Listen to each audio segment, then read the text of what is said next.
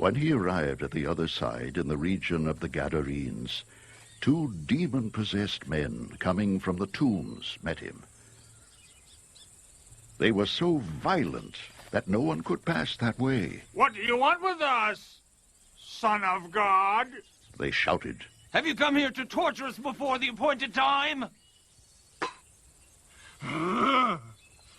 Some distance from them, a large herd of pigs was feeding. The demons begged Jesus. If you drive us out, send us into the herd of pigs. He said to them, Go.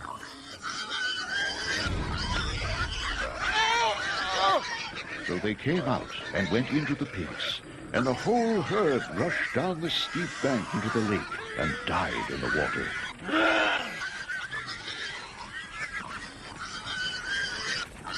Those tending the pigs ran off into the town and reported all this, including what had happened to the demon-possessed men.